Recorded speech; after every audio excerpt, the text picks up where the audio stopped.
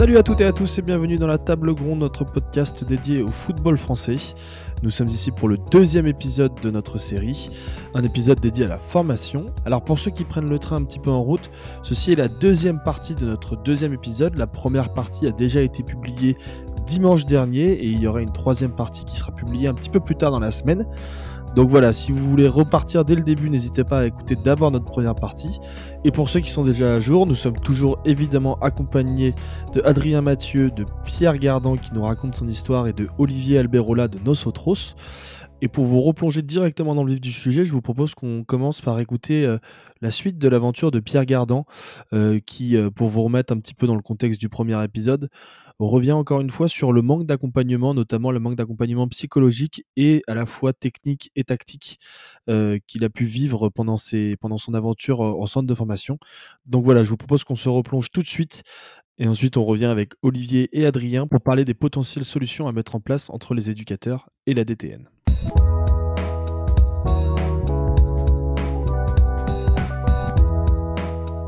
Tu en as parlé tout à l'heure, et je reviens dessus parce que j'ai oublié de te poser la question, mais tu m'as dit que tu avais eu un déclic par rapport à tes angoisses sur les approches des matchs. Je sais pas si tu veux en parler, mais... Ouais, bah oui. Donc en gros, ma deuxième année à Rennes, je me suis cassé la cheville au mois de mars, je crois. Un moment où je commençais à retrouver quelques bonnes sensations et bah, à ce moment-là, je me suis dit, bon, de toute façon maintenant, j'ai plus rien à perdre. Hein. Faut juste que je joue et que je me fasse plaisir. Et à ce moment-là, bon, j'ai réussi plus ou moins à m'en défaire. Et donc, je me suis reblessé après. Et plus tard, quand j'ai senti qu'elles revenaient, ces angoisses, j'ai été voir un sophrologue. Et on a travaillé là-dessus et ça m'a permis un peu de savoir comment mieux gérer mes angoisses quand elles arrivaient. Et ça m'a vachement aidé à me libérer sur le terrain, en fait. Et il y a beaucoup de méthodes hein, pour arriver à gérer le stress ou la pression qu'on peut avoir sur le terrain. Mais bah, ça, c'est une méthode qui, pour moi, a marché. Ok. Ouais, donc t'as juste, entre guillemets, juste fait appel à un professionnel de santé, quoi. Ouais. Ce qui est pas forcément facile, déjà de trouver la bonne personne. Et parce que tu vois, on pourrait penser que c'est un truc psychologique. Finalement, c'était pas le cas. Bah, surtout il y a 10 ans, quoi. Parce que si on regarde notre vision des choses par rapport à ça aujourd'hui, eh ben, elle a vachement évolué comparé à ce que ça pouvait être il y a 10 ans. Il y a 10 ans, bah, on commençait tout juste à faire appel à des psychologues. Mais par exemple, le coach mental, le préparateur mental, comme ils appellent ça, ou même le sophrologue comme moi j'ai utilisé, c'était pas quelque chose de répandu du tout et c'était presque même un aveu de faiblesse, je pense. Surtout à un âge comme au centre de formation. Je pense que c'était vu par exemple par certains éducateurs comme ah oui, bah, ce gamin-là, il a pas les épaules, quoi. Et, et bon, chez certains, cette idée-là aujourd'hui a évolué. C'est quelque chose qu'ils considèrent beaucoup plus et qu'ils utilisent beaucoup plus. Donc, oui, j'imagine que, et j'espère que les jeunes aujourd'hui ont plus accès à ça que nous, on l'avait il y a 10 ans. Pareil, du coup, je me rends pas compte, mais toi, à cet âge-là, hormis ta famille, est-ce que tu as des gens qui t'accompagnent pour te conseiller, je sais pas, un agent, un conseiller je sais pas, du centre de formation ou quelque chose? Non, non, absolument Donc personne. rien du tout. Donc quand tu fais ton Non, choix entre Nancy et Angers, tu le fais que en fonction de ton ressenti personnel et tu as aucun retour sur les compétences techniques ou oui, sur les compétences techniques des personnes qui vont t'accompagner après pendant 2 ans? non, rien du tout. Et d'ailleurs, c'est un peu un regret que j'ai, c'est que quand je signe à Angers, donc on me promet que parce qu'il y avait pas à l'époque, il n'y avait pas d'entraîneur de gardien au centre de formation. Donc on me promet que je vais avoir 2 entraînements avec le coach des gardiens de pro par semaine pour avoir des spécifiques. Et donc on leur dit, bah, mettez-le dans l'annexe du contrat quand même, que ce soit écrit, quoi. Donc ils le mettent. Et sauf que ça n'a jamais été respecté. Bah déjà, ce que je comprends très bien, c'est que l'entraîneur, il voulait pas faire des entraînements en plus sans être payé. Oui, c'est tout à fait compréhensible. qui est compréhensible, ouais. Ça va être... Bah oui. Et donc eux ont jamais voulu payer ça et du coup toute l'année je me faisais mes entraînements tout seul quoi. Bon, avec les autres gardiens qui étaient là, mais il y avait certains entraînements où parce que eux étaient encore au lycée où j'étais tout seul. Oui, c'est C'est quand ça, même pas top parce quoi. que du coup, en fait, tu fais des entraînements classiques avec les autres joueurs et à aucun moment tu travailles sur les spécificités du poste. Voilà, c'est ça. Et après quand tu reçois des reproches sur le plan technique par ton coach, bah Ouais, c'est dur à accepter parce que t'es pas vraiment accompagné sur ça quoi. Après, je pense que si j'avais eu un agent, ça se serait passé différemment. C'est sûr parce que il l'avait écrit noir sur blanc sur une feuille, il l'avait signé. Donc, Mmh. Ouais, je comprends. Alors que toi, en je tant pense que que tout seul, t'as aucun pouvoir juridique. non.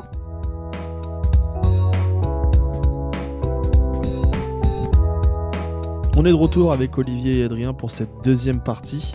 On va évoquer maintenant le rapport qu'il y a entre la DTN, la Direction Technique Nationale, et les éducateurs.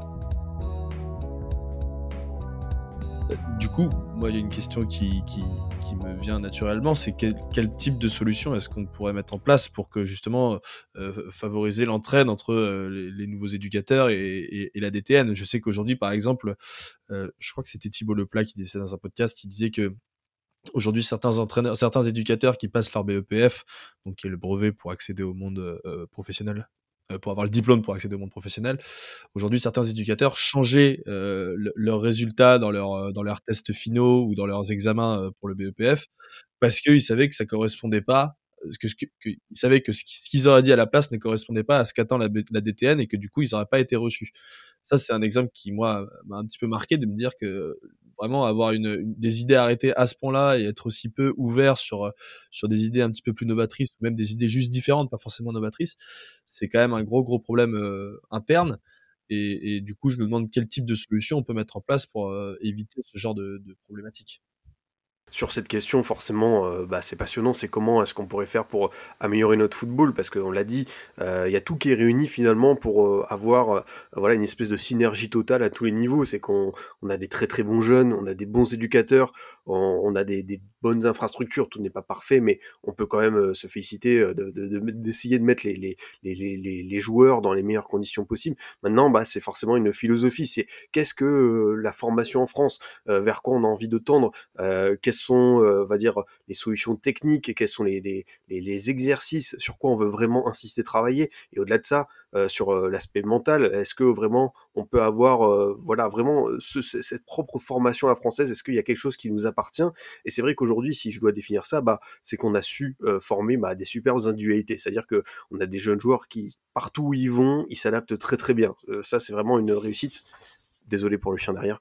C'est très bien. C'est une réussite dont on peut se féliciter parce que voilà, enfin nos jeunes joueurs, franchement, ils arrivent à très bien voyager. Alors forcément, il y a des réussites parfois aléatoires, mais en tout cas, on peut se dire qu'on les envoie à l'étranger et là-bas, ils vont peut-être terminer leur pré-formation, leur post-formation. C'est un peu, ça dépend un peu du niveau de jugement auquel on se positionne pour voir comment ces jeunes-là s'adaptent.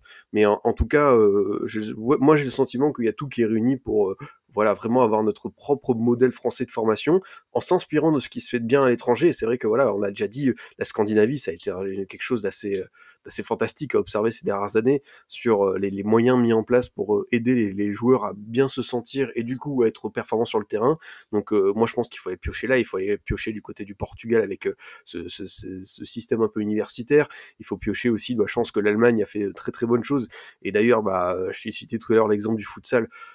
Appuyons-nous encore plus sur le futsal. Maxence Cacré en a dit beaucoup de bien dans différentes interviews. Wissam Ben Yedder vient de ce monde-là, donc essayons aussi d'aller vers d'autres disciplines qui sont connectées avec le football, mais d'autres sports pour aider nos joueurs à avoir, je sais pas, d'autres appuis, d'autres réflexions. Je pense que voilà, on doit être dans cette posture de réfléchir à avoir cette émulation qui nous permettrait de tous progresser. Et moi je le dis franchement, j'ai l'impression que tout est réuni. Il manque plus que le déclic ou voilà ce monsieur à la DTN qui appuiera sur le bouton pour tout enclencher. Oui, alors moi je partage ce que tu dis Adrien, mais je crois qu'il faut fondamentalement changer un peu j'aime pas ce terme-là, pas le paradigme, mais passer peut-être d'un rapport au pouvoir pour aller vers un rapport au savoir. Et ça, à tous les points de vue, c'est-à-dire sur les structures, je suis d'accord, on a globalement des clubs qui ont des infrastructures de qualité. Après, qu'est-ce qu'on propose sur l'accompagnement des éducateurs, sur la rémunération des éducateurs, sur l'évaluation des éducateurs. Est-ce qu'on peut pas évaluer un éducateur sur autre chose que les résultats?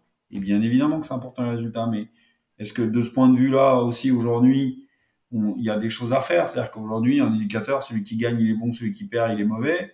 Je pense qu'il y a d'autres moyens d'évaluer le travail des éducateurs. Encore faut-il connaître un peu l'activité et regarder les matchs. Mais aussi sur le foot qu'on a envie de proposer. Les Allemands ont fait leur révolution copernicienne là-dessus, en passant d'un jeu basé sur la puissance athlétique avec des tirs de loin, des centres, à quelque chose d'un peu plus sophistiqué, j'ai envie de dire. Alors, ça a marché, ça a moins marché ces derniers temps, mais ils sont là-dessus. Et là, ils sont en train de mettre la dernière pierre à l'édifice par la formation des coachs, avec des opportunités laissées aux jeunes. Quand on voit, enfin je sais pas moi, Nagelsmann quand même, un club qui met, alors je me souviens plus des raisons, mais je crois que c'est 20 millions d'euros pour s'attacher les services d'un coach qui est quasiment, je crois que c'est le cas, plus jeune que certains cadres de l'équipe, mais enfin moi je trouve que d'un point de vue culturel, c'est incroyable ce qu'ils sont en train de réaliser. Et en plus nous, non seulement on pourrait faire ça, mais en plus on a une diversité de profils qui est incroyable, On a un réseau de théoriciens. Alors là, tout le monde redécouvre André Menot, etc. Mais il est mort. C'est trop tard maintenant. C'était avant qu'il fallait s'intéresser sur ses travaux, voir ce qui était possible, sans dénaturer ce qu'elle a fait. Mais pendant très longtemps, le jeu à la française, enfin, alors là, c'est peut-être un peu générationnel, mais dans la fin des années 80, etc., il y avait du foot à la française avec c'est une partie de créativité, etc. Le rugby est un peu là-dessus en ce moment. Ils ont un peu renoué avec des choses, des organisations, des valeurs, etc. qui sont propres à notre pays. Ouais, je pense qu'il y a tout un tas de choses à mettre en place. Alors, ça va pas se faire en un an. Et puis peut-être aussi passer d'un mode de pensée vertical à un mode de pensée horizontal. C'est-à-dire que on sait que ça me rappelle l'autre loi de la jungle, c'est-à-dire que tout le monde passe de la loi de la jungle et c'est valable dans tous les centres de formation, dans tout le milieu du football où c'est soi-disant les uns contre les autres et c'est le meilleur qui arrive à la fin. Mais il y a une autre loi de la jungle, c'est la loi de la coopération, c'est-à-dire où on partage les ressources, où le fait d'aider un partenaire va te permettre à toi d'être un peu meilleur et donc du coup ça va profiter à l'équipe, etc. Peut-être que les éducateurs, s'ils sont un peu sur des postures un peu moins verticales, mais on est davantage sur la co-construction, des choses comme ça. Je dis pas que certains ne le font pas, il y en a qui font des trucs très bien. Mais d'une manière générale, c'est un peu ça. Si tu fais ça, moi je te dis, et puis ferme-la. Mmh. Bon, Bah, c'est d'ailleurs pour ça j'ai l'impression qu'on a toujours le même type d'entraîneurs qui obtiennent leur diplôme. Enfin, je sais que par exemple, il y a un renouvellement, enfin c'est toujours les mêmes personnes qui ressortent de ces diplômes-là, c'est toujours des anciens professionnels. Toi, justement, Adrien, tu as fait un épisode, je crois, il y a 3 semaines avec Alexandre Torres, ça? C'est Je dis pas de exactement bêtises? ça. Ouais, où c'est le seul éducateur cette année qui passe son diplôme du BEPF qui n'est pas un ancien joueur professionnel. Moi, je trouve que cette statistique et c'est une ouverture qui a un petit peu évolué depuis ces dernières années, puisque maintenant, il y a quand même Alexandre Torres, alors qu'avant, il y avait même pas Alexandre Torres. Enfin, des exemples comme Alexandre Torres.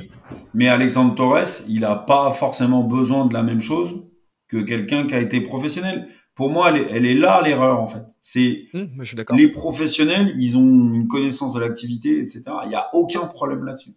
Il y en a d'autres qui sont un peu plus théoriques et tout, qui ont une connaissance de l'activité. Il n'y a aucun problème là-dessus. Mais tous, moi je sais, j'ai passé mes diplômes fédéraux, j'ai été avec des anciens pros, etc.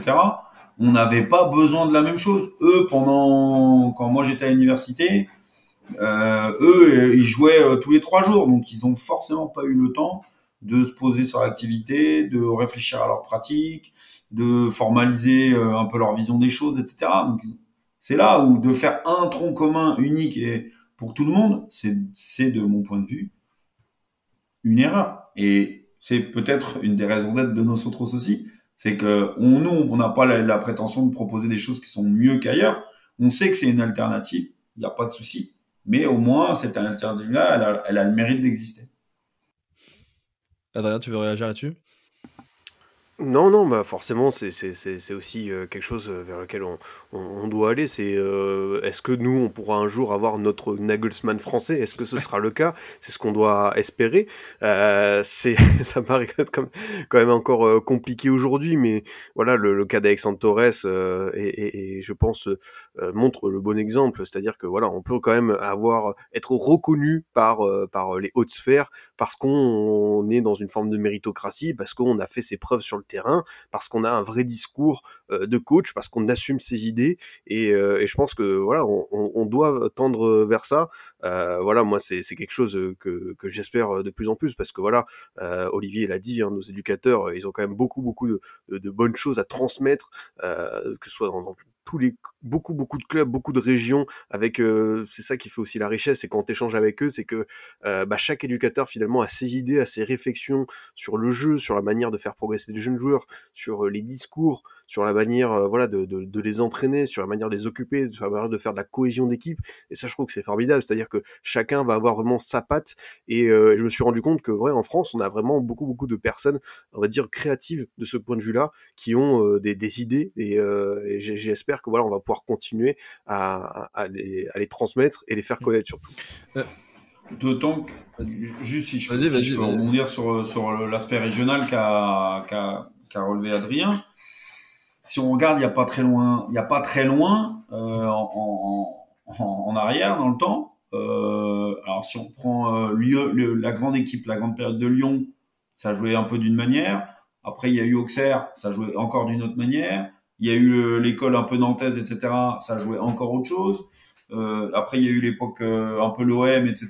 Ça joue encore au truc. Et on a aussi cette identité un peu dans les régions qui fait que pourrait s'appuyer là-dessus. Alors certains sont en train de le faire, de revenir, etc. Mais enfin, le foot, la France, elle était reconnaissable, quoi. Avant, je trouve. Toi, Maintenant, on a perdu un peu ça, quoi. Tout est un peu formaté. En fait, toi, tu es en train de ce que tu nous dis actuellement, c'est justement plutôt de se réinspirer des contextes culturels au sein même, pas forcément d'un pays, mais même au sein même d'une région en tant que telle, voire même d'un département ou d'un. Toi, tu penses que c'est. Un jeune Lillois, il n'a pas la même culture qu'un jeune Marseillais, qu'un jeune Lyonnais ou qu'un jeune Strasbourgeois. Je pense que Lyon, ils sont très forts là-dessus, justement, réussir à créer une identité lyonnaise. Oui, mais pourquoi ? Parce que pour connaître un petit peu l'environnement, il s'appuie aussi essentiellement sur des joueurs de la région. Là, il y a des clubs, on s'en fiche lesquels, mais qui font venir des bus entiers, j'exagère, mais de joueurs qui viennent d'Île-de-France, par exemple. À un moment donné, je pense qu'ils perdent le fil aussi, la connexion avec les amoureux du club, ceux qui viennent voir les jeunes, ceux qui viennent voir les féminines, ceux qui viennent voir les petits, etc. Il faut aussi que le public il se retrouve là-dedans, parce que on fait du foot pour ça, on fait du foot pour remplir les stades, hein, pour que les gens se fassent plaisir. Alors bien évidemment, il faut gagner, mais comme disait Cruyff, il disait que gagner sans c'est un sac d'argent n'a jamais mis de but, je crois, c'est ça? Non, il disait un truc sur une autre citation. Non, ouais, il disait que gagner avoir des résultats avec du style, c'est inutile, mais avoir du résultat sans style, c'est ennuyeux. Je pense que il y a la place pour faire les deux. En Espagne, par exemple, qui est un environnement que je connais un peu, au Barça, on joue pas pareil qu'à Athletic Bilbao. Je prends les deux extrêmes sur les deux côtes opposées. Et ben voilà, ça veut pas dire que c'est mieux d'un côté que de l'autre. Ça veut dire que chacun joue avec sa sensibilité, ses arguments, ses valeurs, sa culture, etc. Et en France, on est capable de faire ça. Enfin, j'en suis sûr. Ouais, je comprends totalement ce que tu veux dire, et ça tombe bien que tu parles de ça parce que c'est un sujet qu'on a pas mal évoqué avec Pierre, puisque lui, la question de l'ancrage territorial, c'est quelque chose qui a été assez important, notamment dans ses choix. Là, il expliquait que lui, quand il était jeune, il avait vraiment besoin d'avoir ce contexte familial assez proche. Et bah, justement, je vous propose qu'on écoute l'extrait où il parle de ça et où il explique que ça a été un élément déterminant dans sa jeune carrière.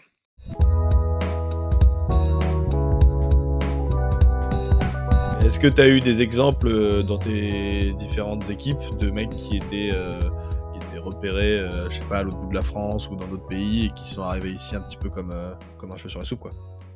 Ah bah, oui, à Rennes, on avait des joueurs qui venaient de partout en France, hein, des joueurs qui venaient de la région lyonnaise, bien sûr de la région parisienne, d'autres qui venaient de l'Est de la France, du Sud. Il y avait vraiment des joueurs qui venaient de partout en France. Après, la majorité venait de Bretagne quand même, ou en tout cas la majorité. C'était l'endroit qui sortait le plus de joueurs, mais il y avait vraiment des joueurs qui venaient de partout en France. Et à l'époque, il y avait même des joueurs qui arrivaient à 16-17 ans, qui arrivaient d'Afrique aussi. Ok, d'accord. Mm. Et eux, alors, du coup, on sort un petit peu de ton cas personnel, mais est-ce que eux, t'as senti qu'ils avaient des difficultés, genre d'adaptation ou des trucs comme ça? Ah bah, en tout cas, c'était des joueurs qui donc s'entraînaient avec la réserve, mais qui vivaient avec nous au centre. Et bah, c'est vrai que pour eux, c'était, je pense, beaucoup plus dur de s'adapter. C'est plus dur de créer des liens avec les autres joueurs parce que bah, on vit des trucs complètement différents et chacun est vraiment dans son truc. Et en fait, t'es là, tu vois un gars qui arrive, qui a pas fait le même cursus que toi, et en gros, il vient là avec pour toi le risque qu'il te prenne ta place, quoi. Donc forcément, ça va être plus dur pour cette personne-là de s'adapter. Ouais, bien sûr, bien sûr. Et bon, dernière question pour finir sur la question de l'ancrage territorial. Mais toi, est-ce que tu l'as ressenti? Est-ce que tu as senti le fait de rester dans des clubs à proximité de chez toi? Est-ce que toi, tu as senti ça assez important pour ton bien-être? Et est-ce que tu te reconnaissais un petit peu aussi dans les valeurs du club, justement, à ce moment-là, quand tu as pris ta décision, tu avais le choix entre Guingamp et Rennes, donc c'est pas une énorme différence de valeur, mais est-ce que si on t'avait proposé par exemple un autre club, je sais pas, loin de Bretagne, à Rennes, enfin à Lyon, à Strasbourg, ou je sais pas trop quoi, t'aurais accepté, tu penses? Non, pas à l'époque. Je pense que je voulais vraiment rester proche de ma famille et dans ma région.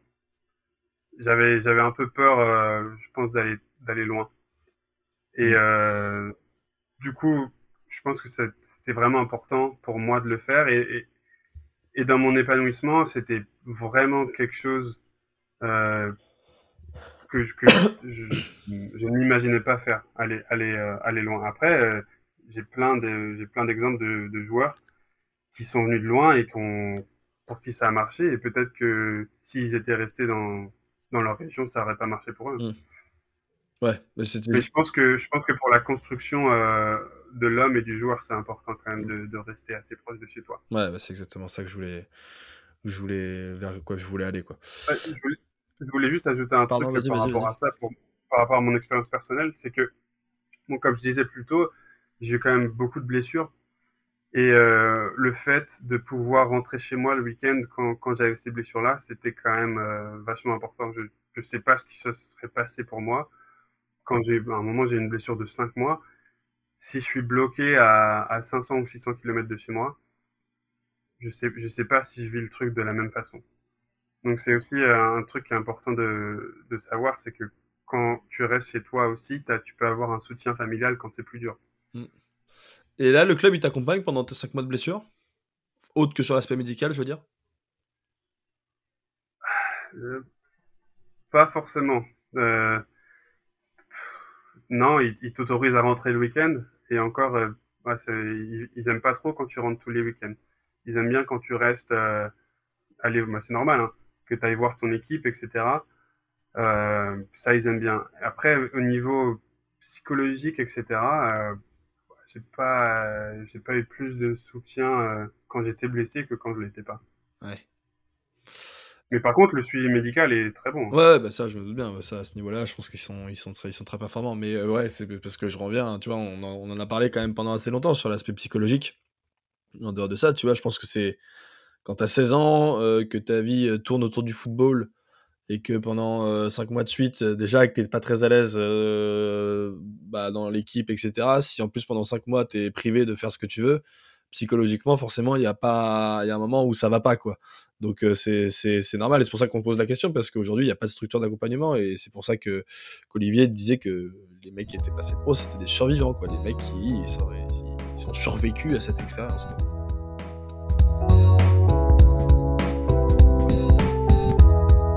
sommes de retour du coup avec Olivier et Adrien et j'aimerais évoquer maintenant un autre sujet qui est le sujet de la culture du résultat dans la formation. Alors c'est un des grands problèmes de notre formation. C'est plus important d'avoir des résultats que de mettre en place des vraies philosophies qui certes prennent un petit peu plus de temps.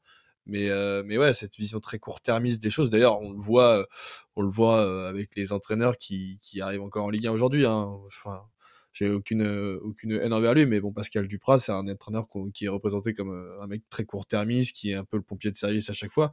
Et j'ai l'impression que les clubs aujourd'hui ont du mal à se détacher de cette mentalité-là, du culture du résultat, et d'aller un petit peu plus loin et de mettre en place des philosophies, quoi. Non, enfin, pour moi, la culture du résultat, c'est une grosse tarte à la crème. Je veux dire, moi, je connais aucune personne qui vient avec son équipe pour jouer, pour perdre. Enfin, ou alors, faut me le présenter. Mais personne ne vient pour perdre. Enfin, je crois pas. Alors maintenant, comment on fait pour gagner? Ça, c'est autre chose. Non, mais Ça, c'est autre chose. en fait, pour moi, ça va même plus loin que ça. Et d'ailleurs, c'était dans le livre de Yacine Amned avec lequel Adrien a eu a fait un podcast la dernière fois. Il parlait notamment des entraîneurs agents. Ça, c'était un des fléaux qui... Je vois ta réaction, Olivier. C'était un des fléaux aujourd'hui. Mais pour moi, ça, c'est la culture du résultat, en fait. C'est-à-dire créer des joueurs pour ensuite avoir des intérêts personnels, économiques, etc. Ça va ensemble, selon moi. Adrien, toi qui as lu, vas-y. C'est exact. Pardon. Non, pas de souci. Ouais, bah c'est sûr que là on commence à parler des petites dérives du métier et voilà, il y a des dérives plus ou moins graves. Et bon, celle de l'entraîneur qui est vraiment résultadiste, celle de l'éducateur qui juge que par le résultat. C'est vrai que dans le livre de Yacine, il est exposé et pour lui c'est vraiment un des problèmes. Et je comprends tout à fait, c'est que voilà, il voit vraiment sur les terrains chaque week-end. Et je pense peut-être Olivier avec son vécu d'éducateur pourra nous partager. Mais je pense que le principe d'un éducateur, c'est absolument pas de tout jurer par le résultat, d'arriver par tous les moyens, que ce soit dans le discours, dans des fois même des manières d'intimider les joueurs adverses. Et c'est vrai que dans le livre de Yacine, c'était assez saisissant. Moi, j'ai été, tu vois, arbitre pendant 7 ans. Il y a eu des problèmes, tu vois, sur les matchs de jeunes et tout. Je voyais des choses qui allaient pas dans le bon sens et tout. Mais tu vois, vraiment des moyens d'intimidation d'un éducateur envers un jeune joueur, ça, j'avais jamais vu. Et c'est vrai que c'est quelque chose qui est assez saisissant pour notre époque. Et oui, après, le cas des éducateurs qui se font des intermédiaires de transfert, des intermédiaires d'agents, ça peut surprendre. Oui, non, mais on mélange tout. Enfin, et voilà, moi, pour l'avoir vécu, et en fait, ça profite à personne parce que soit on est éducateur, moi, j'ai aucun problème là-dessus. Soit on est agent, moi, j'ai aucun problème là-dessus. Il y a des agents qui font très bien leur job, qui sont diplômés, qui sont consciencieux. Il y en a qui sont recruteurs ou scouts, je sais pas trop ce qu'il faut dire, qui font très, voilà. Mais on peut pas être jugé parti, en fait. C'est pas possible. C'est pas possible. Enfin, et ça, c'est effectivement une des dérives. Donc là, on se retrouve effectivement avec une espèce de génération qui arrive là, qui mélange un peu les trois, et avec des enfants qui sont, enfin, voilà, qui sont complètement déboussolés. Sans, si on rajoute là-dessus le fait qu'on a quand même une société, voilà, on a des foyers soit reconstitués, soit décomposés, quand c'est pas enfin, monoparentaux, etc. Donc c'est compliqué, c'est hyper compliqué. Et quand même le foot, bon, c'est aussi un problème de cette activité-là, c'est que tout le monde va au moins du foot, donc tout le monde a un avis sur le foot. Et moi, je suis désolé, je vois du cinéma, mais je suis pas critique de cinéma, hein. Alors, je peux donner mon avis, mais c'est un avis d'observateur, point. Juste avant d'embrayer sur le sujet des éducateurs issus de l'université, comme on peut s'en inspirer beaucoup au Portugal, un autre très court extrait de notre échange avec Pierre sur les dérives des entraîneurs.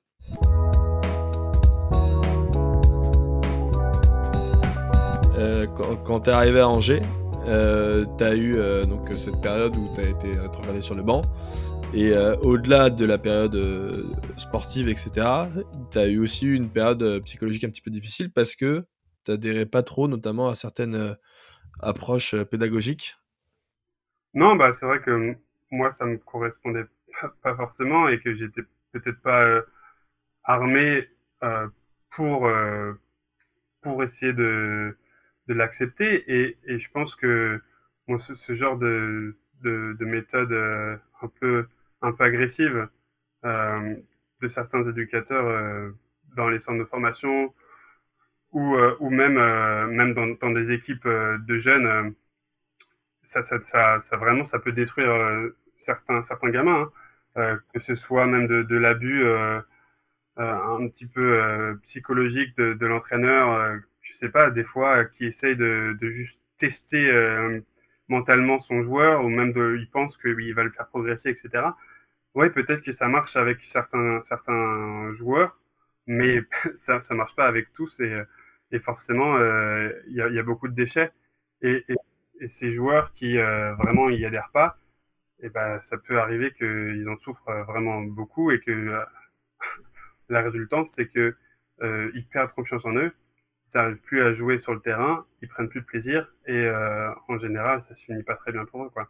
Donc c'est vraiment quelque chose qui est important dans la formation en France. C'est, je pense, d'avoir des éducateurs qui savent aussi à qui ils s'adressent, et qui sachent accompagner le gamin de la façon dont il a besoin d'être accompagné. Il n'y a pas forcément une méthode pédagogique qui va marcher avec tout le monde.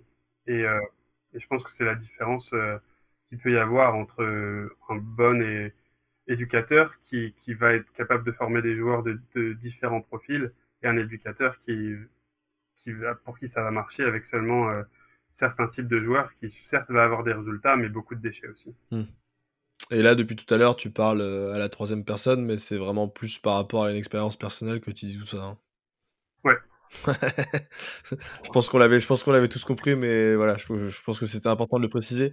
Surtout quand toi, pendant les années de centre de formation, t'avais eu quand même, on en parlait il y a quelques instants là, t'avais eu quand même des éducateurs qui étaient très portés sur l'échange, la parole, la discussion, etc. Là, t'es arrivé dans un contexte où, au-delà de ces manières pédagogiques un petit peu abusives même, on avait l'impression que ce mec-là avait aussi ses intérêts un peu personnels, quoi, qui rentraient en compte, non? Ouais, après, bon, ça je sais pas, hein, j'ai pas forcément les preuves de ça, mais c'est vrai que bon, dans les clubs, il se passe des choses des fois au niveau politique, ou même au niveau financier, qui dépassent forcément les joueurs, quoi.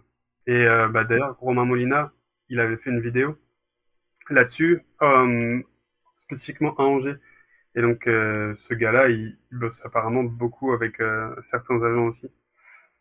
Et il n'y a pas que là, hein. Quand j'étais à Rennes, c'était Dre aussi qui était, je crois, manager à l'époque. Et tous les Africains qu'on voyait arriver à 18 ans, il y avait pas mal de rumeurs comme quoi lui, il touchait des commissions peut-être là-dessus, etc. Et que bizarrement, quand lui est parti, ça s'est plus ou moins arrêté, quoi.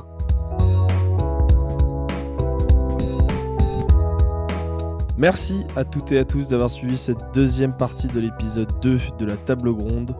On remercie évidemment nos 3 invités, Olivier, Adrien et Pierre, pour leur disponibilité. Et ne vous inquiétez pas, la 3e partie arrive très bientôt. On parlera notamment du rapport entre les entraîneurs issus du terrain et les entraîneurs issus de l'université. Et puis on se projettera aussi avec des idées de mesures qu'on pourra mettre en place pour améliorer la formation aujourd'hui dans le football français. Merci à tous d'avoir suivi cet épisode, et on se retrouve dimanche pour la 3e et dernière partie. Prenez soin de vous et sortez couverts. Ciao.